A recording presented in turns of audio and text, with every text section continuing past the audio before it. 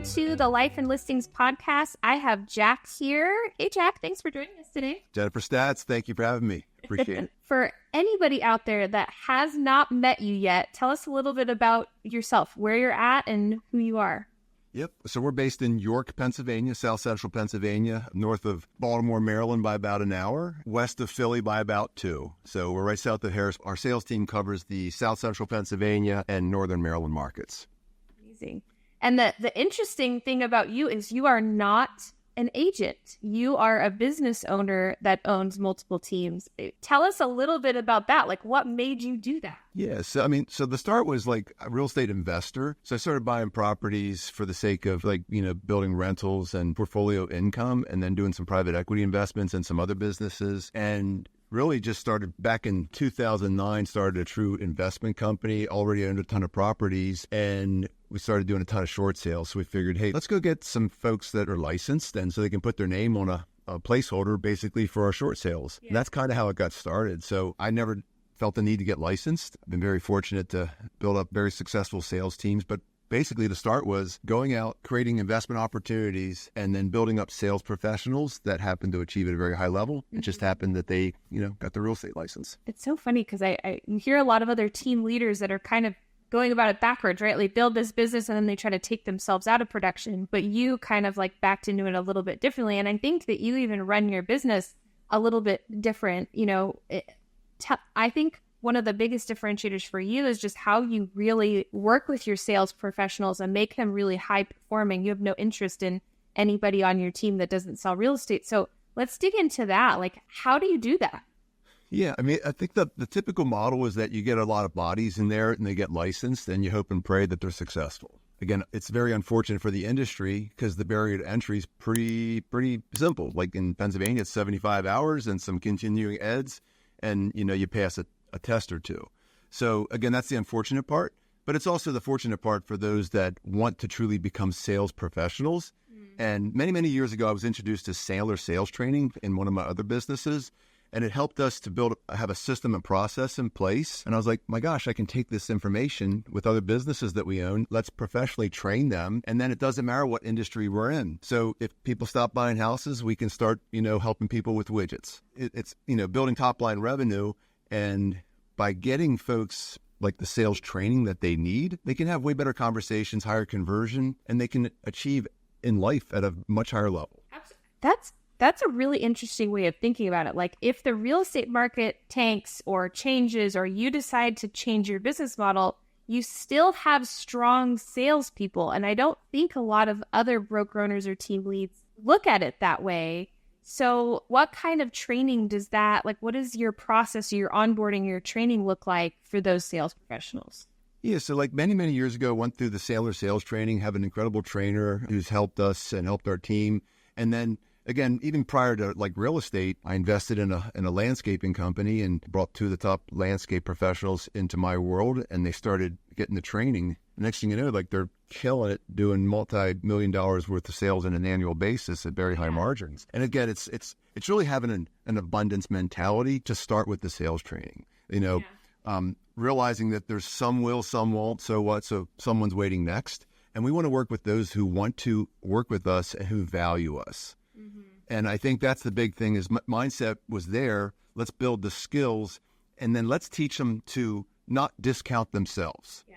And in this industry, it's very unfortunate, but we have a lot of folks out there, and especially with what just happened recently, like our team's been doing 10 plus years of buyer agency, and we explain what it looks like to work alongside of our team to help them successfully buy or sell a home so that they know that it's 3 or 3.5% plus a fee to be alongside of us for this journey. So that's what that looks like. And so that means you are completely ready for like the July thing to hit across your desk because your team's already been doing that for years. Yeah, it's super simple for us. Like it's the conversations we're having. It's upfront contracts or upfront conversations that let them know that, Jennifer, here's what it looks like to work with us. And we spell it out because when expectations are not set, then we have this thing called mutual mystification, and nobody knows what's happening next. Like I'm hoping that Jennifer's going to work with me. I would love to be able to help them. And again, when it comes down to it, nobody loves what the heck I want. It's about servicing the customer and understanding what they're trying to accomplish, and then determining if we're a good fit or not, and what it looks like moving forward. Amazing. So then your agents go through all this training. They are high-performing salespeople.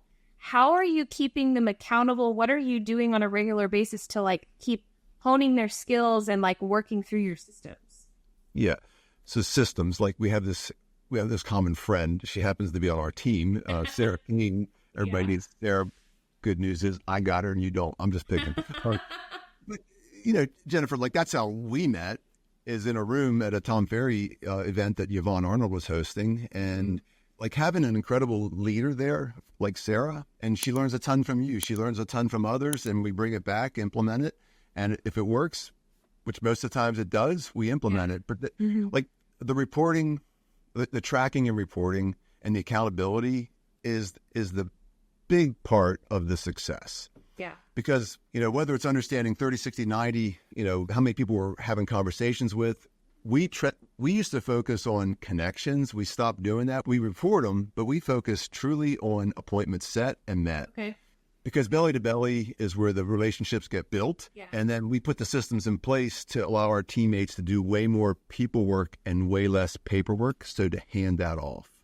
And that's one of the most difficult things for a human to do, especially like a driver or somebody that just like a control freak. We want to keep everything to ourselves because we know how to do it best. Yeah. And I remember a youngster who was on our team. He was my first sales professional that we brought in. We got him licensed. He actually bought a house from us on a flip, and he joined our team. And he started, brand new. He wasn't selling any houses. We got him to sales training, and really he was just putting his name on our short sales.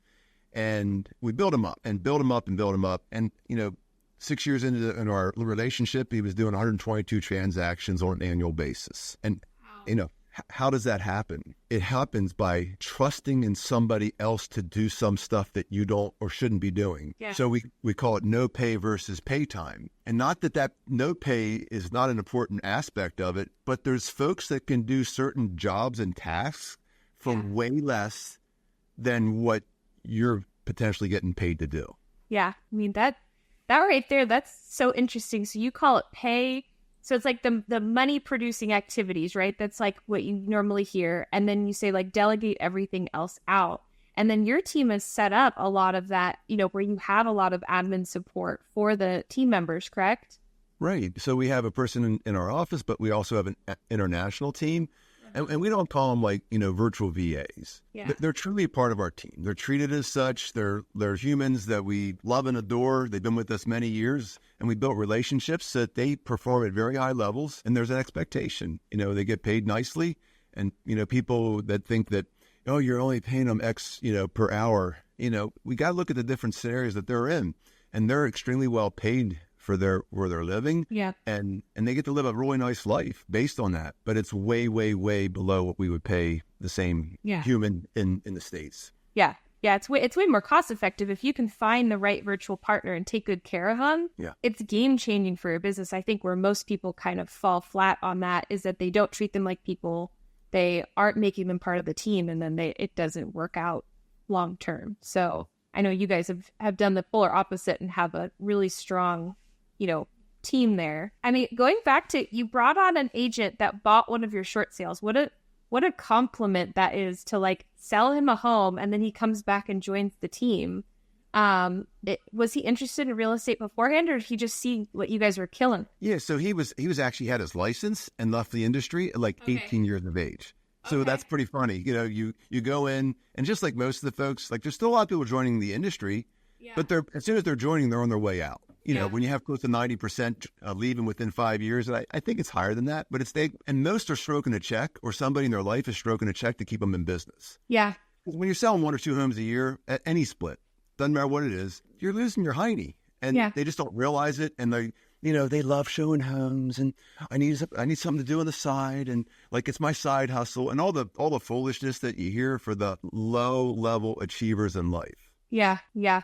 I mean, you hear that all the time in real estate, right? Like they get their license. A lot of times they aren't even sure what the initial fees even cost, and then they get into it and stop selling and they're like, I'm out. I mean, we're all going to see that as the market's shifting. I saw a huge flux of people leaving because they couldn't pay their dues at the beginning of the year. So, joining a team like yours is so important because you're actually going to sell some homes. So you do stuff a little bit different too, because you came from the investment side, the short sale side. So you create a lot of off-market opportunities for your team too. Let's dig into that. Like, how are you doing that? How does that benefit the team? Yeah, so like many years ago, we were just buying a lot of short sales as investors and, flipping them, and had a business partner back then. Like those things happen. We parted ways back in 2013.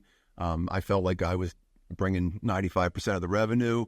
Yeah. He thought he was bringing 50%, but I was treating him like a 50-50 partner, and just, no longer made sense for either one of us. Yeah. So at that point, I changed my mindset and said, you know what, if we're going to create opportunities off market and create like flips, I'm not going to touch a house unless I can make $80,000 GP per flip. Mm-hmm. And it was 40. So I said, you know what, I changed the mindset, and then we found ways to be able to create lots of off-market opportunities for our agents. And then most recently got reinvigorated, flipped close to, at that time, it was a little over 500 properties. But I had a youngster on our team who joined our team at the age of 18 right out of high school, kind of similar, but he wanted to do investments. And I was kind of done with it, owned a decent portfolio and just was like, I don't know if I want to do this again. But he got excited about it, and I got excited about him getting excited. Aww. So, Colin had just turned 22, did 77 transactions last year, plus we flipped about 15. So we said, you know what, let's really invest heavily to create these additional off-market opportunities. Yeah. So we do a ton of novations where we'll put a home under contract for X. We'll go and find our buyer. We'll slide out of the transaction and collect the difference at settlement. That's like the simple term of a simple explanation of a novation. Yeah. But, sometimes we'll purchase them and hold them or do complete renovations. But what it does is it creates a lot of off-market opportunities for our teammates. Yeah. And then we create a higher revenue opportunity for them so that they can go out and not have they can just make more money on those types of transactions, because there's a lot. They become anywhere from 10 to 100+% listings the way we have it set up. Okay. That right there is like a no-brainer working for your team. Like, you're going to get amazing sales training. You're going to be held accountable. And then you're going to have all of these additional opportunities. So what makes you ask someone to part ways from the team? Like, what are are there certain criteria? Are there certain production levels? I'm sure it's culture thing or all of the above. What makes someone have to leave the team? Yeah, and more so than anything else, it's culture fit. Mm-hmm. So just think about this. If you have some high-performing agents on your team that are performing at very high levels, and then there's a mid-range and a low range, and nobody's making progression and stepping up and showing up. Again, the most important part of anything in sales and business is showing up. And I always say, show up with a grateful heart. When you stop doing that, there's a good chance we're going to have a boosted up conversation to let's get this thing squared away so we can all increase our revenue and increase our contributions to the culture, because we want them to be there alongside their other teammates. But when the other teammates see that someone is not showing up 100%, and we have 100% mandatory show up for meetings. We meet daily, Monday, Wednesday, Friday, via Zoom at 9:30, and Tuesdays and Thursdays are in person. And we will bring part-time agents onto our team with a path to full-time within a certain time frame. Okay. If it doesn't happen, we have to part ways. So those conversations stink, but if we allow the bad culture and those that don't want to perform at a high level and be held accountable, then guess what? The other teammates go, why are they letting that happen? Yeah. They look at Jack and Sarah and they go, I'm going to lose respect for them. So we have to make those difficult decisions. I love the path to full-time thing because I feel a lot of times I'm interviewing different potential team members and I'm like, no, sorry, we only take full-time. But you kind of back into a little bit different with the understanding of some people might need a part-time job or a job to get them to the next step. But you give them a deadline of when they have to be full-time, right? 100%. And I'll go back a number of years where I would bring people on, not licensed. They had some type of a sales aptitude, so we had them do testing, and we saw the ability to be successful in sales. They came from a different industry, and I'd pay them a draw to join our industry. They'd make a commitment for a time frame to do that, and that draw, we'd have a time frame for that to end. And I've had people join our team, come out of the industry,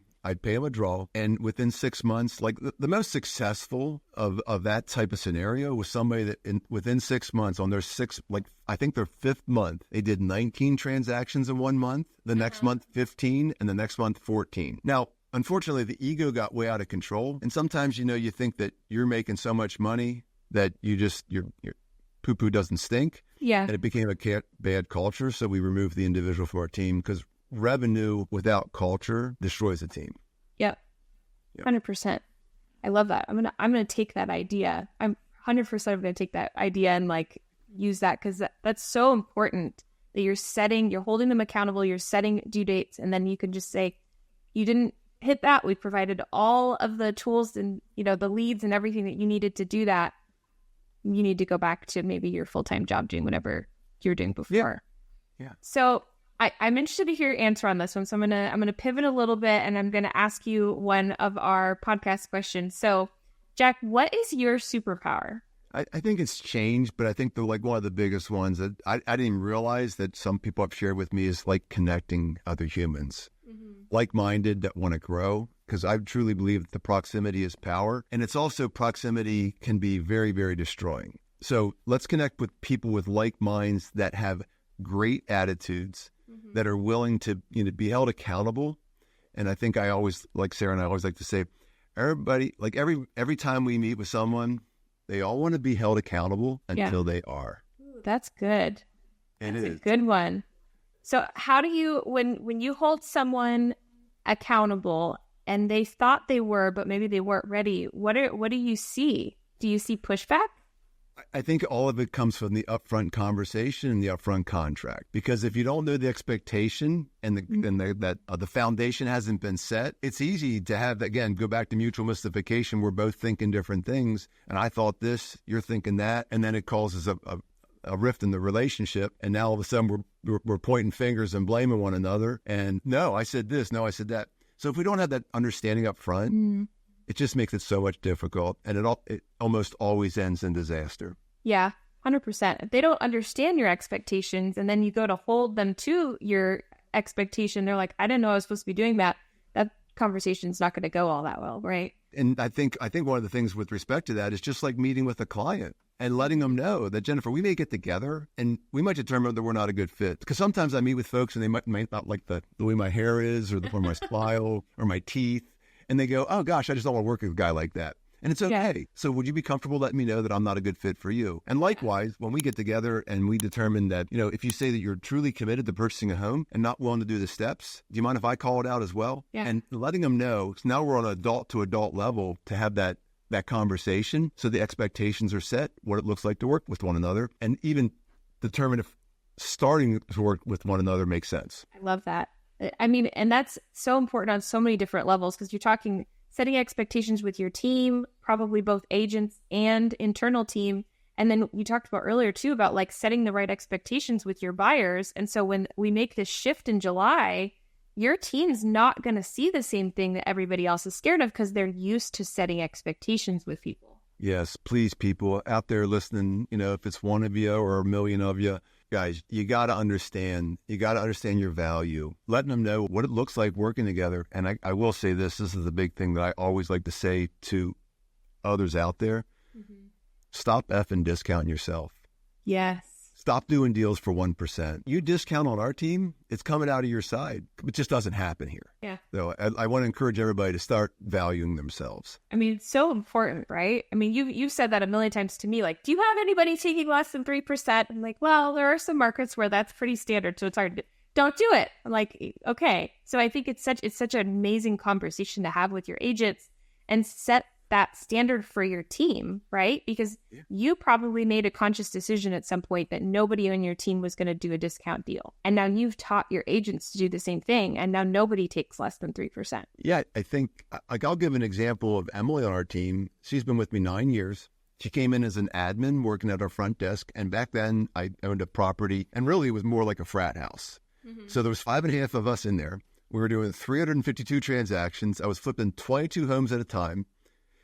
It was nuts. And she wanted to get back into sales, and helped her and did the sales training. And probably 4 years into it, she was doing some little discounts. Yeah. And I said, let's just do a calculation. And she went and did a calculation. She goes, oh my gosh, Jack, I could have gone and purchased a crazy expensive Mercedes-Benz last year if I would have just listened to what you said.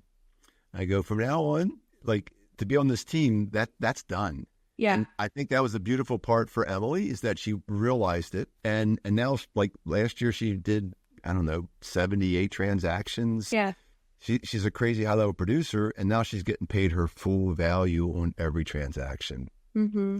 It makes my heart happy. That makes my heart happy, too, because I find that generally the clients that don't want to work with you because you are offering them a discount are usually the toughest to deal with, because you didn't tell them your value to begin with, and so then you're devaluing the relationship overall. It's not just money. Yeah, they're the ones that will bankrupt you spiritually. They're called the emotional vampires in life. They take so much. And I think that's the big thing, is that we got to make sure that we value ourselves and we're willing to stand up for ourselves along with our clients. Because if we don't stand up for ourselves, goodness, just imagine what's going to happen when you're working with a client that devalues you. It's a life sucker.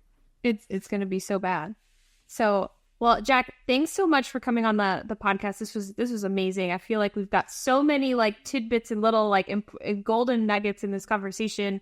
If anybody wants to reach out to you to either just to get to know you, or they want to look about joining your team, or they want to send you a referral, where's the best place for them to find you? Yeah, I mean, I always say connect with Sarah Kane on my team, because she makes sure everything gets done. But again, we're on social, like, hey, Hey, Jack Lehr, Lehr here. That's my Insta. We're on TikTok and Facebook. You know, match up the ugly mug with my social media and connect with us. Love to help you. We help a lot of folks that are not on our teams, and Sarah's an incredible resource as well. Although Jennifer Stats is ridiculous. I'm so grateful that we got to enter your life a couple years ago. Yeah, I love having you guys as a resource and friend, and just connecting with Sarah, just random text messages of like, hey, have you seen this? Or do you know what's going on with this type of thing? Yeah. Well, thanks, Jack, for joining me. This has been great. And I'll drop all of that information in the show notes too, just in case anyone wants to go follow the crazy stuff that you guys post on social. And, I'll see you again next time. Thanks, Jennifer.